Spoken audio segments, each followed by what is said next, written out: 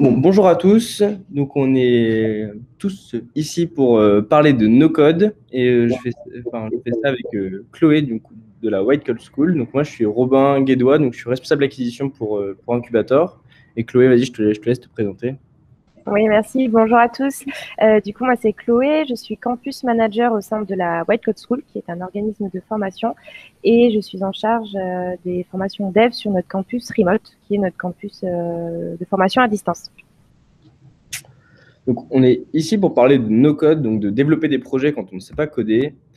Qu'est-ce que c'est que le no-code? C'est de créer un site web avancé ou une application mobile complexe sans écrire la moindre ligne de code.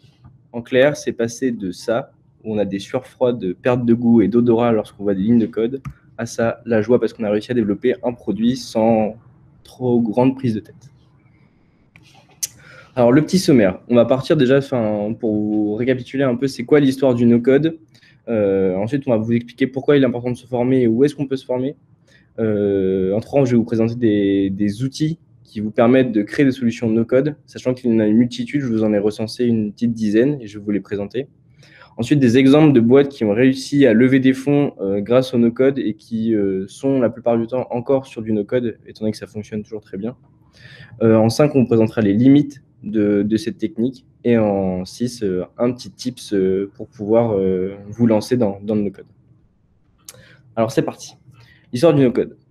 Le no-code, il faut d'abord savoir que dans le monde, il n'y a que 0,3% des personnes qui savent coder. Donc, il y a 99,7% des autres qui ne savent pas le faire.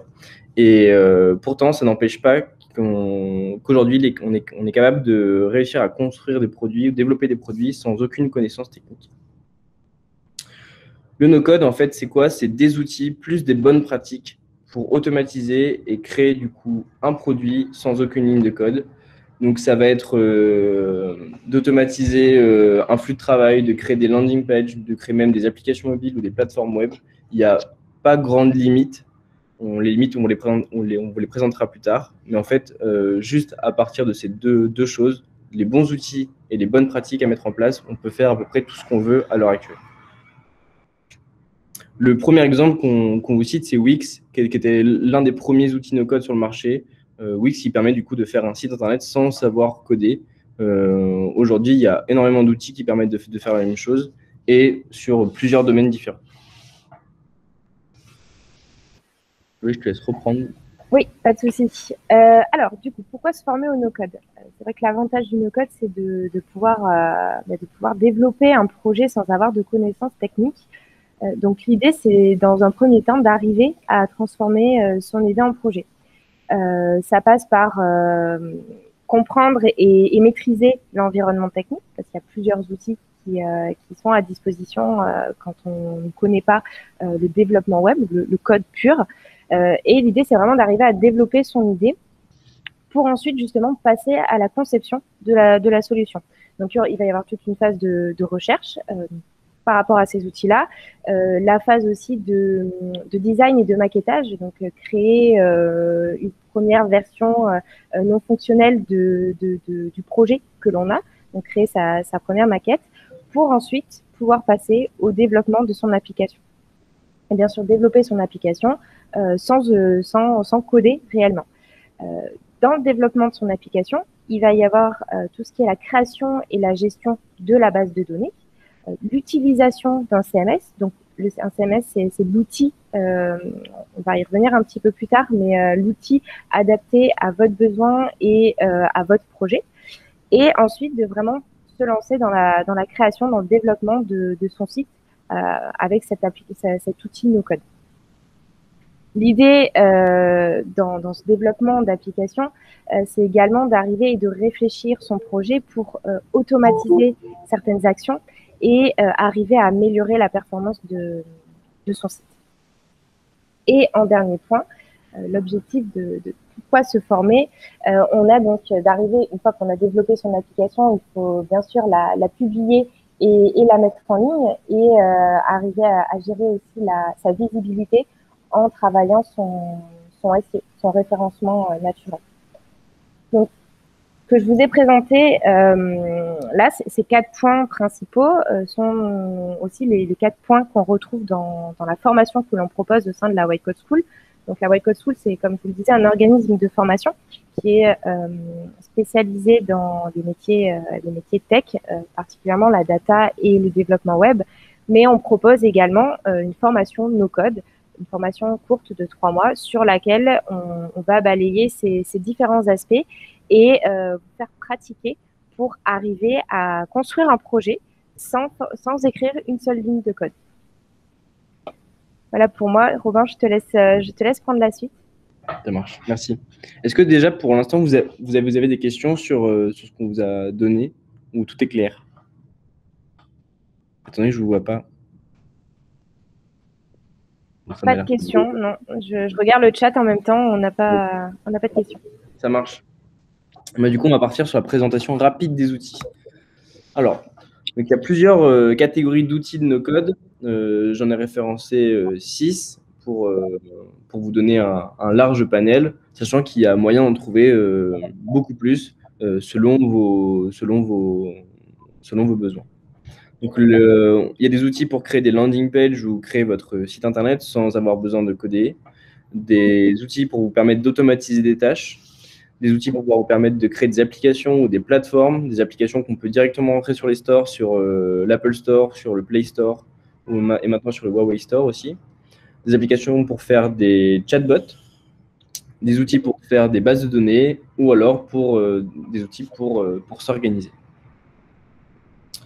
Alors, le premier outil que je vous présente, c'est Webflow. C'est pour construire des sites vraiment hyper cool. Il y a besoin d'avoir des petites connaissances en HTML, CSS, et encore, il est possible de faire sans. C'est un outil qui est très simple à utiliser. On peut faire beaucoup de choses avec, notamment du coup créer son site, et le rendu est vraiment au top. Alors, je vais prendre mon navigateur et je vais vous montrer à quoi ça ressemble. Beaucoup plus simple. Tac.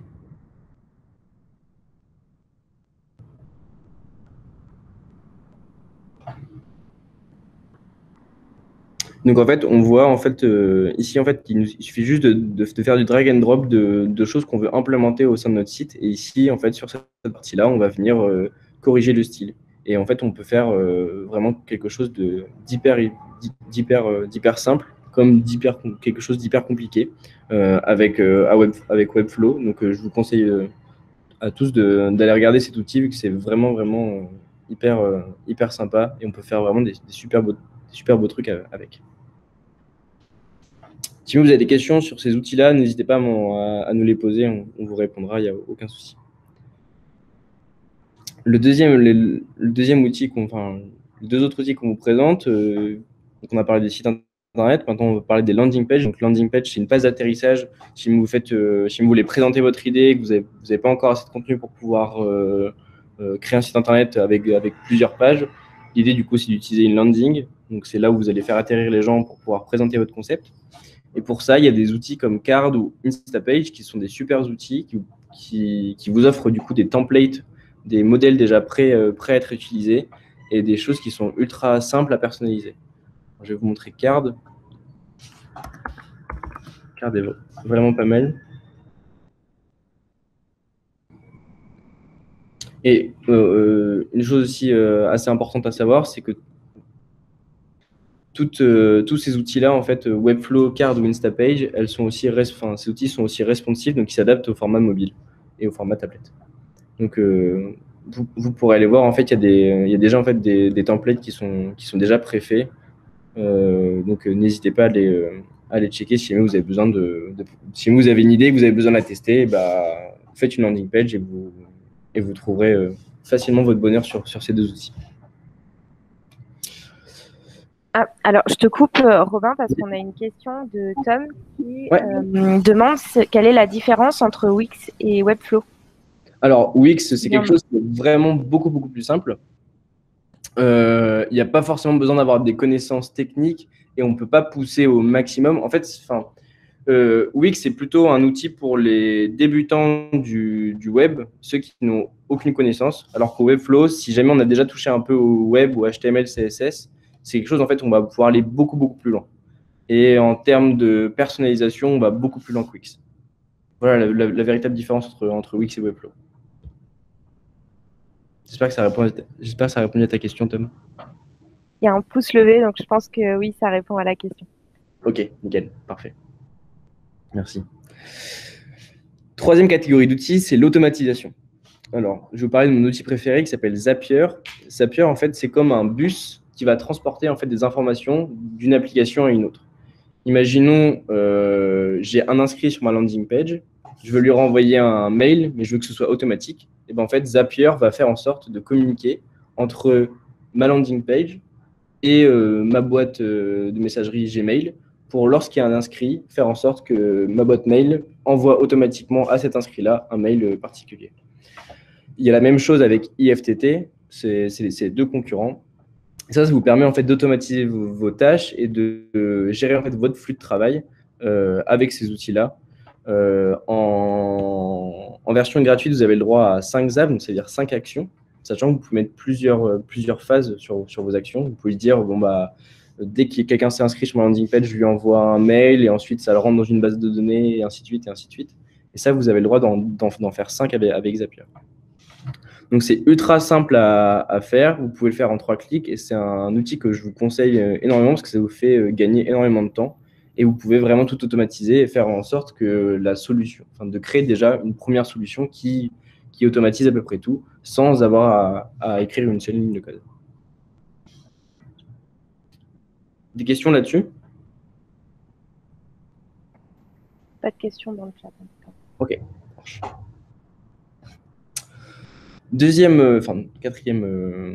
Quatrième proposition, c'est Glide et Adalo pour pouvoir développer son application mobile. Donc, c'est ce que je vous disais au tout début, avec une facilité pour pouvoir les mettre sur les stores, donc Apple Store ou Play Store. C'est un outil qui est très très simple à utiliser et en moins d'un mois, en fait, on peut avoir une application. Alors, je vais vous montrer Adalo. Vous allez voir, en fait, c'est assez simple. En fait, c'est comme Webflow ou comme Wix. En fait, on vient de déposer les éléments pour pouvoir créer sa propre application mobile. Là, on le voit ici. Hop, on peut venir uploader des listes, des images, etc. Et ça nous permet du coup de créer une application hyper facilement. Donc, si vous avez envie de créer une application ou juste déjà de commencer à faire des choses, vous pouvez aller sur Adalo. Et Glide, c'est le même concept aussi. Ensuite, on vient sur l'outil qu'on utilise, nous, énormément à Incubator, qui nous permet de faire des applications, mais aussi des plateformes web. C'est un outil qui est hyper fonctionnel et hyper puissant. Il s'appelle Bubble. Et dessus, en fait, on peut vraiment tout faire. Ça nécessite quand même un peu de base en termes de code. En fait, il faut juste savoir comment est-ce que fonctionne un workflow. C'est-à-dire, un workflow, c'est quand il se passe ça, qu'est-ce qui se passe à la fin. Si jamais je clique sur ce bouton, qu'est-ce qui se passe après? Une fois qu'on a compris ces mécanismes-là, en fait, on peut très bien utiliser Bubble et ça marche vraiment super bien. La plupart des boîtes qui ont réussi en utilisant de nos codes, elles étaient sur Bubble. Alors, je vais vous montrer leur page. Alors, du coup, souvent, on n'y arrive pas comme ça, du coup, il faut être .io.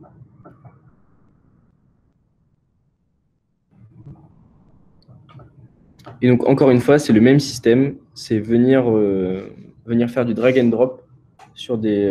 ah ouais, parce que là, en fait, on arrive sur mon compte.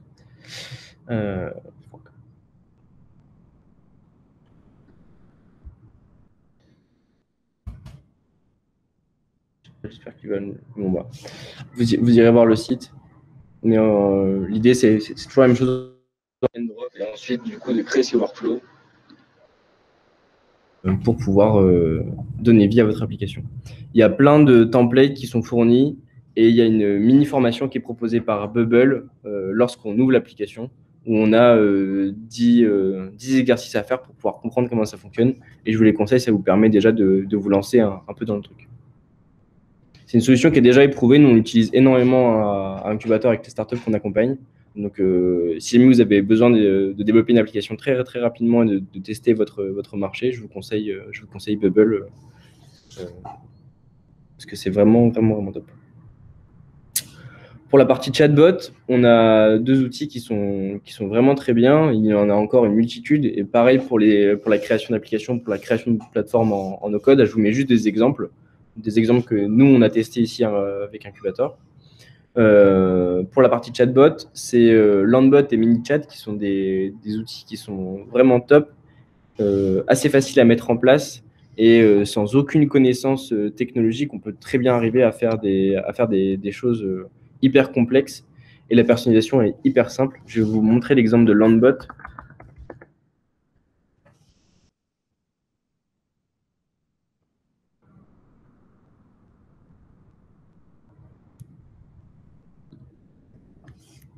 C'est vraiment un superbe outil.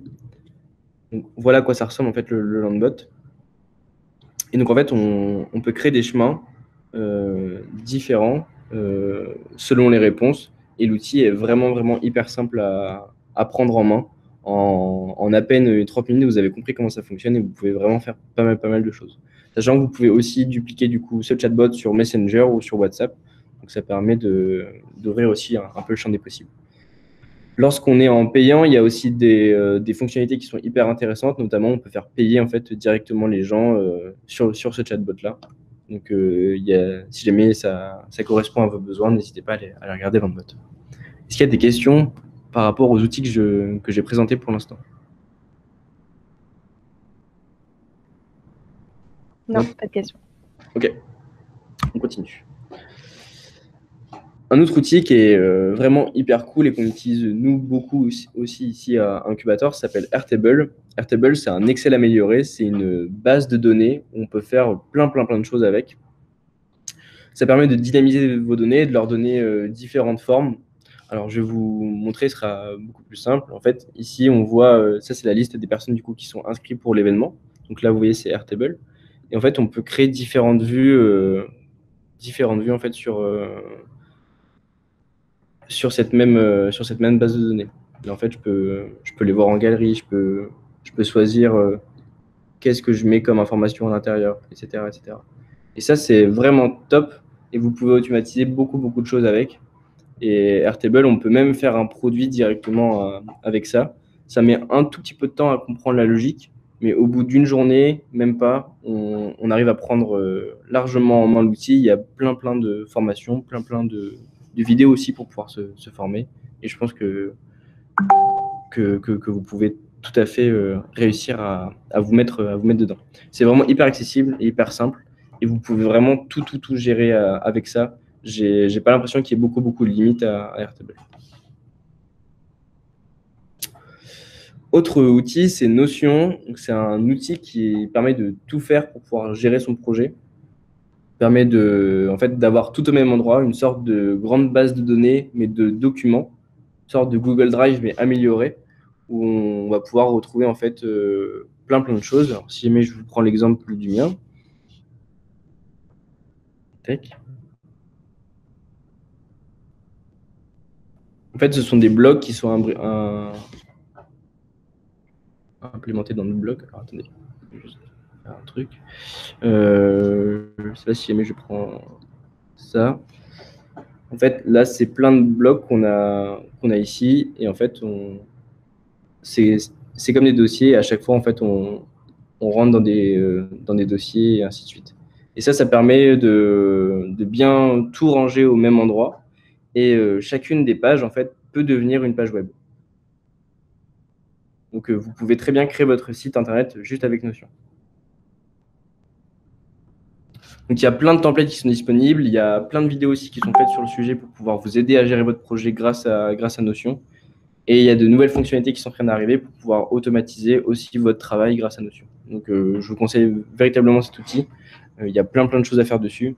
Et pour pouvoir, si vous avez une idée de projet, vous pouvez mettre tout dessus, enfin tout sur cet outil. Et c'est vraiment top. C'est gratuit en plus pour lorsqu'on est qu'un seul utilisateur.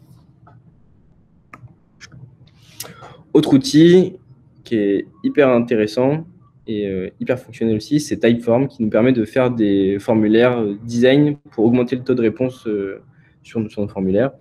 C'est un outil qui est hyper facile à prendre en main. On peut faire des choses vraiment top. Il y a des fonctionnalités qui sont aussi incroyables. On peut aussi faire le paiement, ce genre de choses. Je vais vous montrer à quoi ça ressemble. Vous avez sûrement tous déjà dû passer sur un formulaire Typeform. Hop. sais pas si on va avoir des photos, mais ouais, non. En gros, voilà ce qu'on peut faire. Il y a plein de templates aussi qui sont déjà mis en place. Donc, je vous conseille. En version gratuite, on peut aller jusqu'à 10 questions. Donc, n'hésitez pas à l'utiliser. Ça transforme véritablement plus facilement des prospects en leads ou si jamais vous voulez intégrer un formulaire au sein de votre site, cet outil est vraiment top. Et vous pouvez le connecter avec plein d'autres applications, notamment avec Zapier, pour justement emmener les données vers d'autres endroits.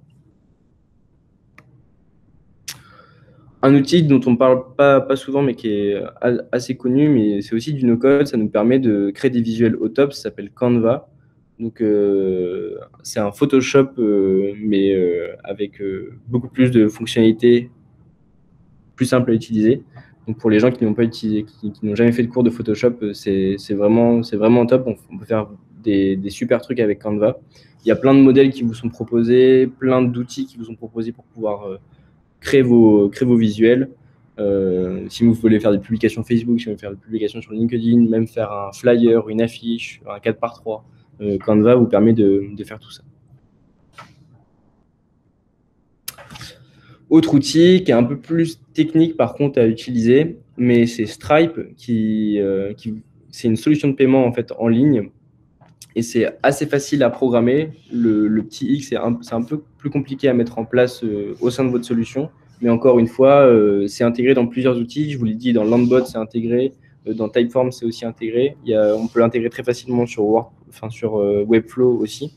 Ça permet de vendre vos produits et d'avoir une solution de paiement déjà efficace. C'est hyper efficace. Vous pouvez créer des prix distincts en fonction de vos offres. Vous pouvez aussi faire des remises. En fait, ça vous permet de vraiment tout gérer avec Stripe. Comment est-ce qu'il se rémunère? Donc, c'est 1,4% par transaction plus 25 centimes. C'est dans la moyenne des systèmes de paiement aujourd'hui. Et ça, c'est un outil que nous, on utilise sur toutes les startups qu'on accompagne lorsqu'il y a besoin de faire du paiement en ligne. Et c'est aussi l'un des leaders sur son marché. Donc, à regarder si vous avez besoin de mettre en place du paiement sur votre prochaine application ou prochaine plateforme. Je vous ai mis un petit exemple. Imaginons que je vende des instruments pour pouvoir faire de la musculation. Et ben, je vais créer une landing page sur Card où je vais présenter mon produit. Ensuite, je vais intégrer du coup dans cette landing un Typeform pour pouvoir demander aux gens si jamais ils sont intéressés et quel prix ils voudraient payer. Je vais intégrer ça je vais connecter du coup mon Typeform avec Zapier qui va renvoyer du coup toutes les données, toutes les réponses au formulaire sur mon Airtable. Donc, je vais pouvoir retrouver à un même endroit toutes les informations, toutes les réponses aux questions qui ont été posées dans le Typeform. Et ensuite, je peux envoyer un mail à toutes les personnes qui ont répondu pour leur dire si tu veux, tu peux profiter de cette offre de réduction. Et ça, en fait, vous pouvez très bien le faire hyper facilement avec tous ces outils-là, en automatisant tout et le tout pour 0 €. Donc, c'est quand même assez top. Et il y a plein d'autres exemples, mais là, je voulais juste vous présenter un exemple assez facile à mettre en place pour vous permettre de tester, par exemple, une idée. Est-ce que vous avez des questions? Toujours pas de questions dans le chat. Ok. Je vous présentais des exemples du coup de boîtes qui ont réussi à lever grâce au no-code. La plus connue, c'est Comet, qui met en relation du coup des freelance développeurs avec des entreprises qui ont des besoins de développement. Ils ont tout commencé sur Bubble et ils ont réussi à lever 13 millions d'euros avec leur solution, étant donné qu'ils ont réussi à tester très rapidement leur marché et à faire évoluer leurs produits grâce à Bubble pour pouvoir aller chercher ses fonds, aller chercher un gros marché, le marché des freelances. Autre solution, c'est une solution qu'on a accompagnée chez nous, vProverdict. Ça permet en fait de créer des sortes d'appels à témoins pour une procédure judiciaire. Ils ont mis en cause Winamax, ce genre de choses. Enfin, vous pourrez aller regarder. C'est une boîte qui a été créée à Lyon et ça fait 5 ans qu'ils sont créés. Ils sont toujours sur Bubble. Ils ont réussi à lever 1,5 million en étant sur Bubble. Donc, comme quoi, en fait, on peut créer déjà des produits qui fonctionnent très, très bien qui marche et on peut aller lever des fonds avec des technologies no-code. L'autre exemple que j'ai, c'est une startup qu'on accompagne ici à Rennes, qui s'appelle Maison Jomi. Et l'idée, en fait, c'est de proposer de l'upcycling de vêtements. Et donc, on a fait un truc tout simple avec un WordPress où on récupérait les demandes via un Typeform avec Airtable, en fait, le chemin que je vous ai montré. Et ça lui permet déjà de générer des ventes et de faire du chiffre d'affaires pour aller chercher, du coup, des subventions, des fonds d'investissement. Et tout ça en ayant passé même pas 3-4 semaines sur le produit. Donc, on peut faire vraiment des choses très, très bien en no-code qui nous permettent d'aller tester très, très rapidement son produit. Je te laisse reprendre la main, Chloé. Oui, bien sûr, merci. Du coup, concernant les limites du no-code, c'est vrai que Robin a présenté quand même pas mal d'outils et que de manière générale, le no-code apporte une certaine souplesse et facilité dans la création d'un projet quand on n'a pas de connaissances techniques. Alors, en plus de ça, avec tout ce que nous a présenté Robin, on voit qu'il y a quand même tout un panel d'outils à disposition qui permet vraiment d'être utilisé en fonction des besoins spécifiques qu'on a par rapport à ce projet, justement. En revanche, on peut se retrouver en effet confronté à certaines limites, notamment dans tout ce qui est personnalisation de son projet, de son produit. C'est-à-dire que le no-code permet d'utiliser du code qui est déjà créé. On prend des blocs existants qu'on n'a pas besoin de toucher et qu'on utilise en fonction qu'on intègre à son projet en fonction de son besoin. Mais il peut arriver qu'on ait l'envie de pousser le projet un petit peu plus loin ou de le personnaliser. Et c'est là qu'on va se retrouver confronté à la limite du no-code, parce qu'il va y avoir un besoin de connaissances techniques un peu plus présent que des outils existants ne proposent pas. Donc, il y a plusieurs possibilités quand on se retrouve confronté à cette situation-là. Il y a des personnes, des développeurs qui ont justement toutes ces connaissances techniques, donc qui peuvent être des ressources externes à solliciter pour faire évoluer son projet et le personnaliser et pousser un petit peu plus certaines fonctionnalités. Et il y a aussi l'option de se former soi-même au développement web pour acquérir les connaissances techniques nécessaires et travailler sur son projet en totale autonomie, en personnalisant justement ses fonctionnalités et en créant des petits bouts de code qui vont permettre de faire évoluer ce projet en question. Il y a plusieurs options, mais plusieurs solutions aussi. Donc, c'est vrai qu'il y a le no-code est une bonne base de départ si on n'a pas envie de se lancer sur la partie technique, l'envie ou le temps, parce que c'est vrai que certaines personnes n'ont pas forcément d'attrait pour cette partie technique-là. Mais c'est vrai que ça offre quand même de belles possibilités et ça permet, on a vu avec les exemples que Robin nous a présentés, de créer des projets qui sont quand même assez sympas et surtout très aboutis. Donc ouais, pour revenir, en fait, c'est vraiment parfait pour tester son idée. C'est exactement ce qu'on met dans la slide. Et lorsque vous aurez validé votre marché, validé votre idée, là, c'est tout l'intérêt de prendre un développeur ou un associé technique pour pouvoir développer votre solution.